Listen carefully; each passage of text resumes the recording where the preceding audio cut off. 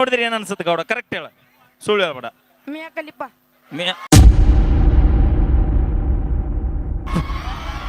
ನೋಡ್ಕೋರೋ ಮನ್ಯಾನ ಬಾಬಿನ, ಇಲ್ಲಂದ್ರ ಈಕೆ ಹರ್ಕೋತಾಳೋ ಒಳಗಿನ ಚಡ್ಡಿನ. ಮದುವೆಯಾಗಿ 5 ವರ್ಷ ಆಯ್ತಾ? ಇನ್ನು ಮಕ್ಕಳಾಗಿಲ್ಲ, ಇನ್ನು ಮಕ್ಕಳಾಗಿಲ್ಲ. ಬಾವುಕರಾಗೈತಿಲ್ಲ.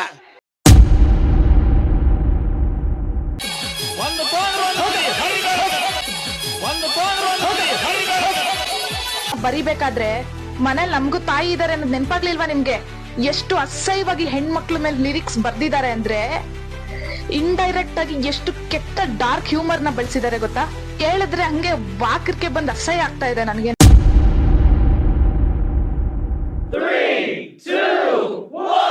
ಹಾಯ್ ಹಲೋ ನಮಸ್ಕಾರ ಸ್ನೇಹಿತರೆ, ಮತ್ತೇನು ಸುದ್ದಿ ವಿಶೇಷ ಸಂಚಿಕೆಗೆ ತಮ್ಮೆಲ್ಲರಿಗೂ ಸ್ವಾಗತ ಸುಸ್ವಾಗತ.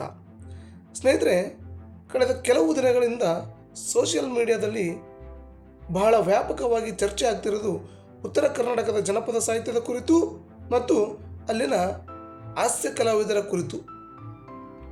ಎಸ್ ಅಫ್ಕೋರ್ಸ್, ಈ ಚರ್ಚೆಗಳು ಉತ್ತರ ಕರ್ನಾಟಕದ ಭಾಗದಲ್ಲಿನ ಶ್ರೇಷ್ಠತೆಯನ್ನು ಆದರ್ಶಿಯಾಗಿದ್ದರೆ ಬಹುಶಃ ನನ್ನಷ್ಟು ಖುಷಿ ಪಡುವ ವ್ಯಕ್ತಿ ಇನ್ನೊಬ್ಬ ಇರ್ತಾ ಇರಲಿಲ್ವೇನೋ. ಆದರೆ ಈಗ ಚರ್ಚೆ ಆಗುತ್ತಿರುವ ವಿಷಯ ಅದಲ್ಲ. ಇದು ಉತ್ತರ ಕರ್ನಾಟಕದ ಮತ್ತೊಂದು ಭಾಗದ ಅನಾವರಣವಷ್ಟೇ.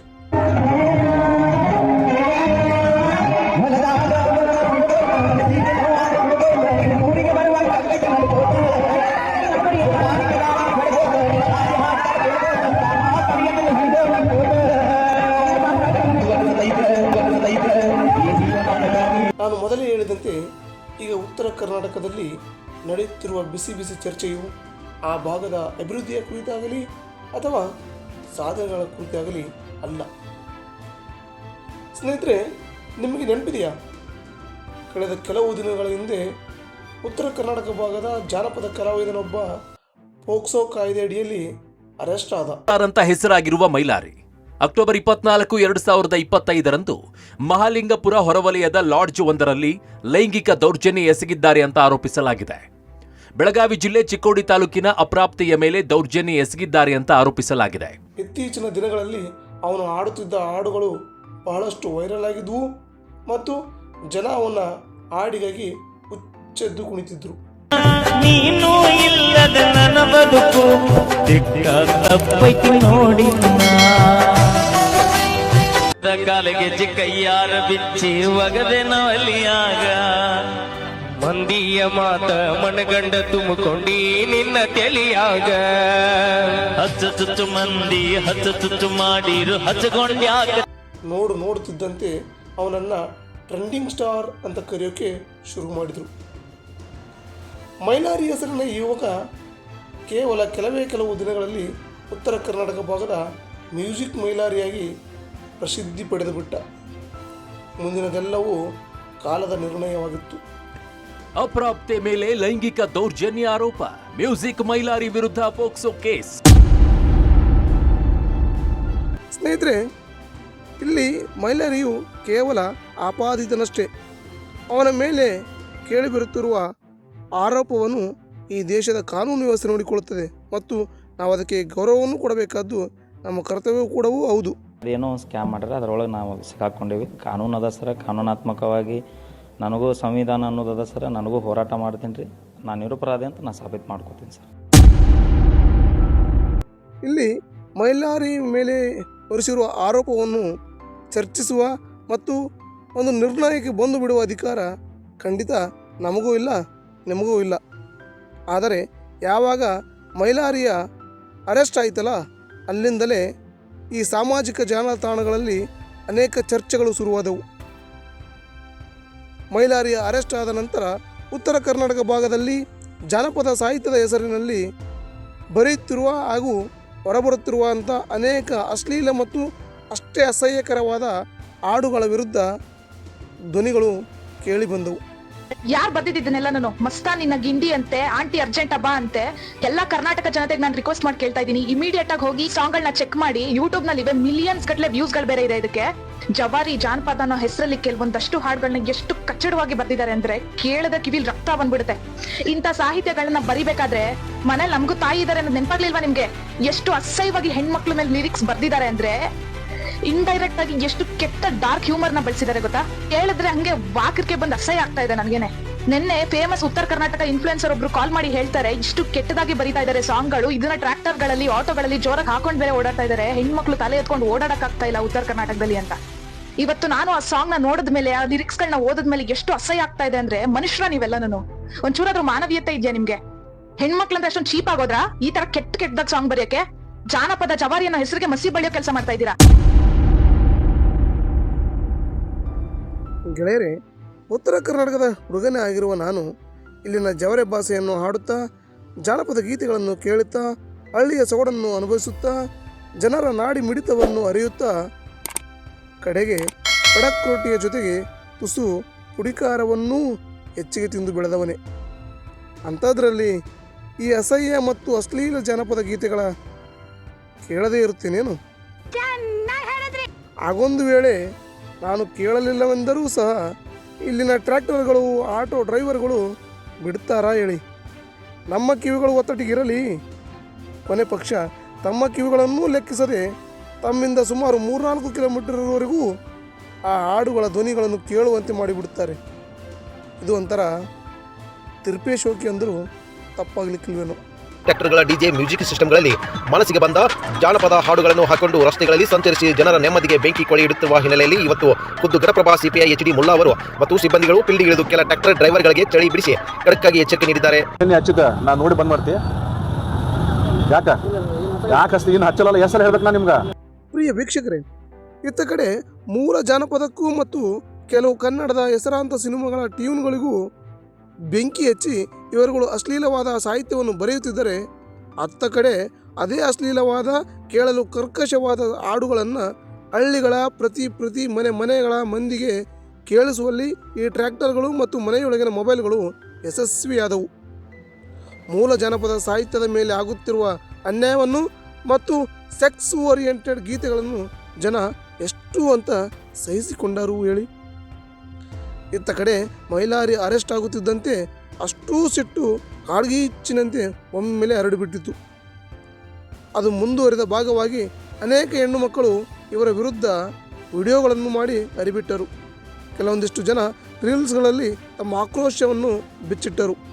ಆ ಹಾಡಿನ ವಿಡಿಯೋ ತುಣುಕ್ನ ಸ್ವಲ್ಪ ನೀವು ಕೇಳಿಸ್ಕೊಳ್ರಿ. ಕೇಳಿಸ್ಕೊಂಡ್ಮೇಲೆ ಆಮೇಲೆ ಇವ್ಗೆ ಎದರ್ಲಿಂದ ಹೊಡಿಬೇಕು ಅನ್ನೋದು ನೀವ ನಿರ್ಧಾರ ಮಾಡಿ. ಸಾಹಿತ್ಯ ಬರಿತೀರಲ್ಲ, ನಿಮ್ ಒಟ್ಟಿಗೆ ಅನ್ನ ತಿಂತೀರಾ ಬೇರೆ ಏನಾರ ತಿಂತೀರ? ಕರ್ನಾಟಕ ಮಂದಿ ಕಲಾವಿದರು ಸಾಂಗ್ ಬರೆಯೋರಿಗೆ ಹೇಳ್ತಾ ಇದೀನಿ, ಎಷ್ಟು ಕೀಳಾಗಿ ಸಾಂಗ್ ಬರೀತಾ ಇದ್ದಾರೆ ಒಂದು ಹೆಣ್ಣಿಗೆ. ಯಾಕಂದ್ರೆ ಅವ್ರ ಮನೆಯಲ್ಲಿ ಒಂದು ಹೆಣ್ಣಿಲ್ವಾ? ಅವ್ರ ಅತ್ತಿಂಗರು, ಅವ್ರ ತಾಯಿ, ಅವ್ರ ಅಜ್ಜಿ, ಅವ್ರು ಯಾರು ಅವ್ರ ಮನೇಲಿ ಹೆಣ್ಣೆ ಇಲ್ವಾ? ಇಷ್ಟು ಕೀಳಾಗಿ ಬರೀತಾರಲ್ವಾ ಒಂದು ಹೆಣ್ಣಿಗೆ? ಅವ್ರು ಬೆಳೆಯೋಗೋಸ್ಕರ, ಅವರು ಕಲಾವಿದರು ಬೆಳೆಯೋಗೋಸ್ಕರ ಏನ್ ಬೇಕಾದ್ರೂ ಹೆಣ್ಣಿಗೆ ಬಿಳಿಸಿ ಬರೀತಾರಲ್ವಾ? ಅವ್ರಿಗೆ ನಾಚಿಕೆ ಆಗಲ್ವಾ? ಮನುಷ್ಯತನೇ ಇಲ್ವಾ ಅವ್ರಿಗೆ? ಬಂಧುಗಳೇ, ಈ ಸೋಕಾಲ್ ಜಾನಪದ ಕಲಾವಿದರ ವ್ಯಾಪ್ತಿ ಕೇವಲ ಅಶ್ಲೀಲ ಗೀತೆಗಳಿಗಷ್ಟೇ ಸೀಮಿತವಾಗಿದ್ದರೆ ಬಹುಶಃ ನಮ್ಮ ಜನ ಅದೇಗೋ ಸಹಿಸ್ಕೊಂಡು ಬಿಡ್ತಿದ್ರೋ ಏನೋ. ಆದರೆ ಯಾವಾಗ ಇವರ ಹಾಡುಗಳಿಗೆ ಜನಮನ್ನಣೆ ಸಿಗುತ್ತಾ ಹೋಯಿತೋ, ನೋಡುತ್ತಿದ್ದಂತೆ ಇವರು ಟ್ರೆಂಡಿಂಗ್ ಸ್ಟಾರ್ಗಳಾಗಿ ಉತ್ತರ ಕರ್ನಾಟಕದ ಜಾನಪದಗಳ ಬಾಸ್ಗಳಾಗಿ ತಮ್ಮನ್ನು ತಾವು ಬಿಂಬಿಸಿಕೊಳ್ಳಲು ಶುರು ಮಾಡಿಬಿಟ್ರು. ನಮ್ಮ ಉತ್ತರ ಕರ್ನಾಟಕ ಜನ ಕೇಳಬೇಕಾ? ಯಜ್ಞ ಸತ್ ಬಿದ್ರೇ ನೋಡೋಕ್ಕಂತ 1000 ಜನ ಸೇರೋರು ನಾವು. ಅಂಥದ್ರಲ್ಲಿ ಇವ್ರನ್ನ ಬಿಟ್ಬಿಡ್ತೀವಾ?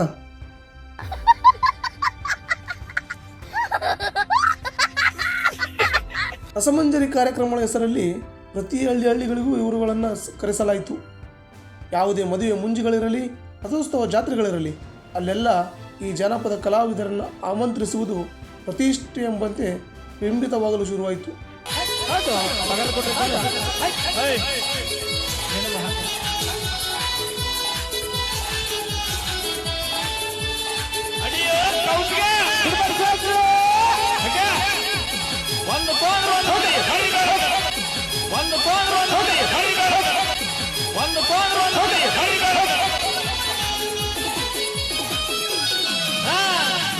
ಇತ್ತ ಇವರುಗಳು ಅಷ್ಟೇ ತಮಗೆ ಸಿಗುತ್ತಿರುವ ಈ ಮಟ್ಟಿಗಿನ ಯಶಸ್ಸನ್ನು ಮುಂದಿನ ಹಂತಕ್ಕೆ ತೆಗೆದುಕೊಂಡು ಹೋಗಲು ಶುರು ಮಾಡಿದರು. ರಾತ್ರಿಯೆಲ್ಲ ನಡೆಯುವ ರಸಮಂಜರಿ ಕಾರ್ಯಕ್ರಮಗಳನ್ನು ಕೇವಲ ಜಾನಪದ ಹಾಡುಗಳಿಗಷ್ಟೇ ಸೀಮಿತಗೊಳಿಸದೆ ಒಂದಿಷ್ಟು ಕಾಮಿಡಿ ಸ್ಕ್ರಿಪ್ಟ್ಗಳನ್ನು ಅದರೊಳಗೆ ಸೇರಿಸಿಕೊಂಡರು. ಆದರೆ ಹಾಸ್ಯದ ಹೆಸರಿನಲ್ಲಿ ವೇದಿಕೆಯ ಮೇಲೆ ರಾತ್ರಿಯೆಲ್ಲ ನಡೆಯುತ್ತಿದ್ದುದು ಮಾತ್ರ ಅಕ್ಷರಶಃ ಹಳೆಯ ಸಿನಿಮಾಗಳಲ್ಲಿ ಬರೆಯುತ್ತಿದ್ದ ಕ್ಲಬ್ ಡ್ಯಾನ್ಸ್ಗಳಂಥ ಪರ್ಫಾರ್ಮೆನ್ಸ್ಗಳು. ತುಂಡುಡುಗೆ ಇಟ್ಟು ಪಕ್ಕದಲ್ಲಿ ನಿಂತ ಹೆಣ್ಣು ಮಕ್ಕಳ ಮಾನ ಹಾನಿಯಾಗುವ ಸೊಂಟದ ಕೆಳಗಿನ ಭಾಷೆಯ ಡಬ್ಬಲ್ ಮೀನಿಂಗ್ ಡೈಲಾಗ್ಗಳು. ಅದೊಂಥರ ವ್ಯಭಿಚಾರವನ್ನು ಮುಟ್ಟಿಯೂ ಮುಟ್ಟದಂತಹ ಕಾರ್ಯಕ್ರಮಗಳು. ಆರಪ್ಪ ಕೈ ಪಂಪು ನಾವು ಒಳಗೆ ಚಿಡ್ಡಿ ಹಾಕಿಲ್ಲ ಚೂರು ಕೆಳಗಿಲೆ ಏನ ಚೂರು ಮದುವೆಯಾಗಿ 5 ವರ್ಷ ಆಯ್ತಾ ಇನ್ನು ಮಕ್ಕಳಾಗಿಲ್ಲ, ಇನ್ನು ಮಕ್ಕಳಾಗಿಲ್ಲ. ಬಾವುಕರ ಆಗೈತಿಲ್ಲ. ಹಾಗಂದ್ರೆ ಏನ್ರಿ? ಅಯ್ಯೋ ಕೃಷ್ಣ ಬಾವುಕ ಮಾಮ ಸ್ವಾಮಿ ಕೈ ಪಂಪು. ನನಗೆ ಎಷ್ಟು ಚೀಪ್ ಅನಿಸ್ಬಿಡ್ತು ಅಂದ್ರೆ ಥೋ ನಿಮ್ಮ ಈ ತರದೆಲ್ಲ ಇದಾರೆ ಜನ. ಇವರ ಜೊತೆಗೆ ಭಾಗವಹಿಸಲು ಬಂದಂಥ ಹೆಣ್ಣು ಮಕ್ಕಳನ್ನೂ ಸಹ ಬಿಡದೆ ಅವರನ್ನೂ ಸಹ ಒಂದು ಸೆಕ್ಸುವಲ್ ಆಬ್ಜೆಕ್ಟ್ ಎಂಬುವಂತೆ ರಾತ್ರಿಯೆಲ್ಲ ತೋರಿಸಲಾಗುತ್ತೆ. ಇತ್ತ ಕಡೆನೂ ಈ ಹೆಣ್ಮಕ್ಳಿಗೆ ಪೂರ್ತಿಯಾಗಿ ಚಂದವಾಗಿ ಆಡಲೂ ಬಾರದೆ, ಅತ್ತ ಕಡೆ ಪ್ರೊಫೆಷನಲ್ ಡ್ಯಾನ್ಸರೂ ಅಲ್ಲದೆ ರಾತ್ರಿ ಎಲ್ಲ ತಾವೇನೂ ಕಮ್ಮಿ ಇಲ್ಲ ಎಂಬಂತೆ ಇಷ್ಟವಿಲ್ಲದನೋ ಅಥವಾ ಇಷ್ಟವಿದ್ದೋ ಡಬ್ಬಲ್ ಮೀನಿಂಗ್ ಡೈಲಾಗ್ಗಳನ್ನು ಹೊಡೆಯುತ್ತಲೇ ಇರ್ತಾರೆ. ಅಂತಿಮವಾಗಿ ಅಲ್ಲೊಂದು ಸಮಾಜದ ಸುವ್ಯವಸ್ಥೆಯನ್ನು ಮಣ್ಣು ಮಾಡುವ ಕಾರ್ಯಕ್ರಮ ಯಶಸ್ವಿಯಾಗುತ್ತೆ.